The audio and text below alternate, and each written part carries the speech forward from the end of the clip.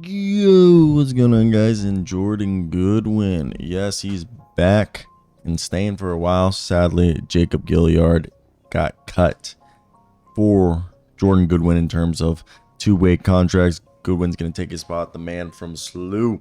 If you guys didn't follow that story, he was a guy who was playing ball for the Wizards. Then he was part of the trade to the Phoenix Suns, and the Phoenix Suns were hoping that he would be their backup point guard for the season. Unfortunately, it didn't go as planned, as he ended up not sticking around, and they ended up, trading him, and then he ended up getting cut, and he ended up coming to the Grizzlies on a two-way, and that honestly led to him getting the opportunity, on a 10-day to get the two-way. So for Jordan Goodwin to come here, I think it's worked out well for him.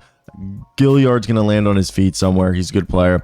But so far, through 2 games, 26 minutes and a half a night, he's played for the Grizz, 10.5 points, 45% from the field, 40 from 3, 5 rebounds, 3 assists, 1.5 steals. And this past year with the Suns, he had, had 14 minutes a night in 40 games, 5 points, 39% from the field, 28 from 3, about 3 assists, 2 assists, 3 rebounds, and it's just under a steal game. While last year, being the main backup point guard for the Wizards, he put up in 18 minutes a night, about 6.6 points, 45% from the field, 32.2% from 3, while also grabbing 3.5 rebounds while dishing out 3 assists and getting a steal a night. And I was a fan of him coming out of the University of St. Louis. I had a lot of friends who had friends who went to SLU. I didn't have friends, but friends of friends, because I went to the University of Kansas.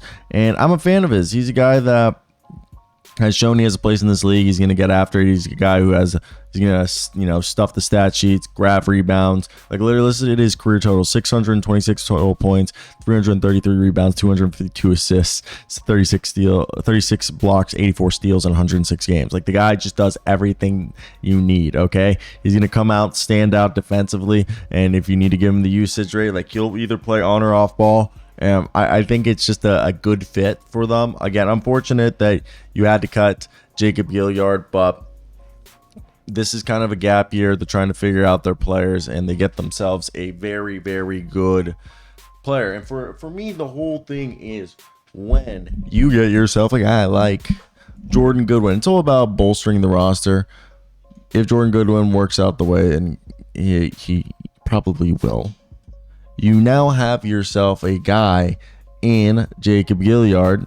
In Jacob Gilyard's replacement in Jordan Goodwin, that could go ahead, be the long-term backup to Ja Morant. You can get him cheap because you can turn the two-way into a multi-year contract, which he originally did with the Wizards. He's already done this before.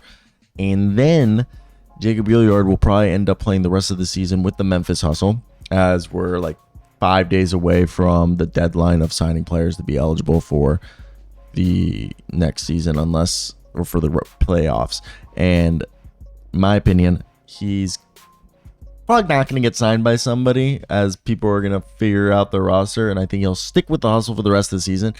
Goodwin gets turned into a contract, and then they sign him back to a two-way again, and everybody stays where they're at. This is probably something that's already been figured out and talked about in the past between the guys. So Gilyard's probably staying, and that's probably what's going to happen with Gilyard, and Goodwin's just going to, get the opportunity to show what he can and be long-term, as they have been, since they got rid of freaking Tyus Jones. They've been looking for a backup.